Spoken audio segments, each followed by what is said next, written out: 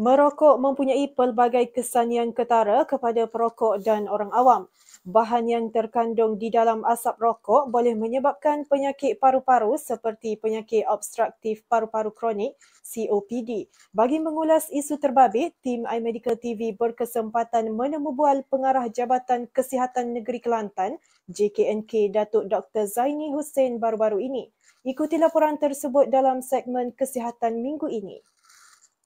Selain itu, menurutnya merokok juga boleh memberikan kesan kepada risiko pelbagai jenis kanser termasuk paru-paru, mulut, tekak dan kerongkong. Dr. Zaini berkata merokok juga boleh meningkatkan risiko penyakit kardiovaskular seperti serangan jantung. Beliau berkata merokok tidak hanya memberikan kesan kepada perokok, malah orang awam turut berisiko mendapat kesan daripada asap rokok tersebut. Ya, kalau dari segi penyakit, kalau kita lihat pada rokok sendiri, kita banyak penyakit-penyakit yang jelas disebabkan oleh rokok, daripada berbagai jenis kanser yang untuk jangka masa panjang, penyakit paru-paru yang boleh menyebabkan gangguan dari sistem pernafasan. Yang ini adalah satu kesan daripada merokok, selain daripada kesan-kesan akibat dari penyakit tidak berjangkit yang lain seperti jantung, penyempitan salur darah, stroke dan beberapa penyakit-penyakit lain yang saya percaya bahawa penyakit ini sekiranya dihadapi sama ada jangka sederhana atau kepanjang akan beri kesan yang negatif pada individu tersebut, sama ada segi kualiti hidup, ekonomi dan juga dari segi kos rawatan juga memerlukan satu kos rawatan yang agak tinggi. Menurut Dr. Zaini, rokok mempunyai bahan kimia yang berbahaya kepada tubuh individu. Katanya, bahan tersebut boleh menjejaskan kesihatan individu terbabit sama ada kesan jangka panjang atau jangka pendek. Dalam rokok itu sendiri, kita ada lebih daripada 4,000 substan yang boleh menjadi racun kepada perokok ataupun mereka yang terhidu asap rokok.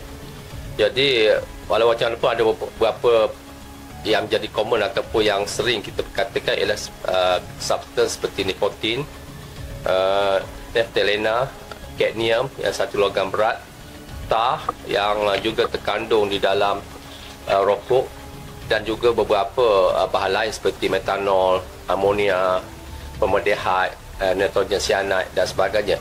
Dan kalau kita lihat pada bahan-bahan ini, ia merupakan satu chemical yang bukan sesuatu yang diperlukan oleh tubuh pertamanya.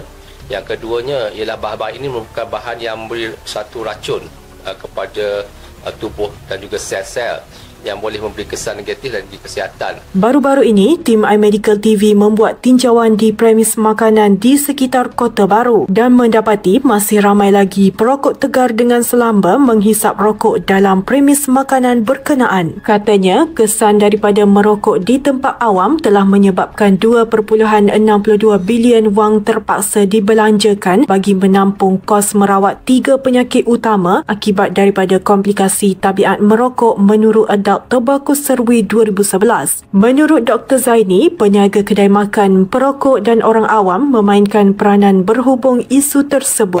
Peniaga mereka juga tertakluk pada peraturan hasil tembakau 2004. Jadi beberapa perkara yang mereka perlu laksanakan. Pertamanya, ya, peraturan tersebut mereka mesti mempamerkan satu logo ataupun satu signage larang merokok di premis-premis mereka.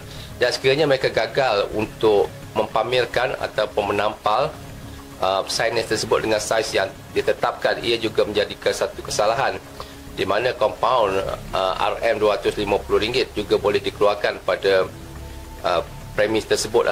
Untuk orang awam juga, pertamanya peranan mereka semestinya memahami bahawa premis makanan dan juga tempat-tempat awal ialah kawasan yang larangan merokok. Jadi menjadi satu kesalahan untuk mereka merokok di kawasan-kawasan yang saya nyatakan. Jadi inilah peranan-peranan yang boleh dimainkan oleh peniaga dan juga masyarakat awam untuk memastikan bahawa masyarakat kita bebas daripada asap rokok. Beliau berkata mana-mana individu yang merokok di kedai makan di bawah Peraturan 11-1-D PPKHT 2204 akan dikeluarkan notis 32B dan sekiranya terbukti ada melakukan kesalahan tersebut boleh dikompaun dengan nilai tawaran kompaun sebanyak RM250. Betul, untuk penguasaan ini pertamanya kita ada membuat rondaan-rondaan di tempat-tempat yang kita rasakan tempat-tempat yang strategik lah untuk di kedai makan ataupun tempat-tempat awam. Jadi juga kita melihat pada sekiranya ada aduan-aduan daripada orang awam yang berkaitan dengan kesalahan ini, kita juga akan melakukan pengawasan. Jadi inilah aktiviti-aktiviti yang kita adakan di seluruh negeri Kelantan daripada masa ke semasa. Dan kita sentiasa melihat bahawa kesalahan merokok di tempat awam dan juga di peringkat makan adalah sesuatu yang serius kerana ia boleh menjejaskan dari segi kesihatan, sama ada kesihatan perokok itu sendiri dan juga pelanggan-pelanggan lain yang tidak merokok yang memerlukan satu keadaan ataupun suasana yang bebas daripada asap rokok di tempat-tempat awam dan juga di premis-premis makanan. Menurut Dr. Zaini, beliau mengalu-alukan orang awam untuk membuat aduan berkenaan individu yang merokok di tempat awam. Katanya, kesedaran masyarakat tentang merokok di tempat awam terutama di kedai makan menunjukkan tahap kesedaran yang signifikan. Sekiranya mereka membuat aduan, ini menunjukkan kesedaran mereka untuk melihat premis tempat makan dan juga tempat awam itu bebas daripada asap rokok.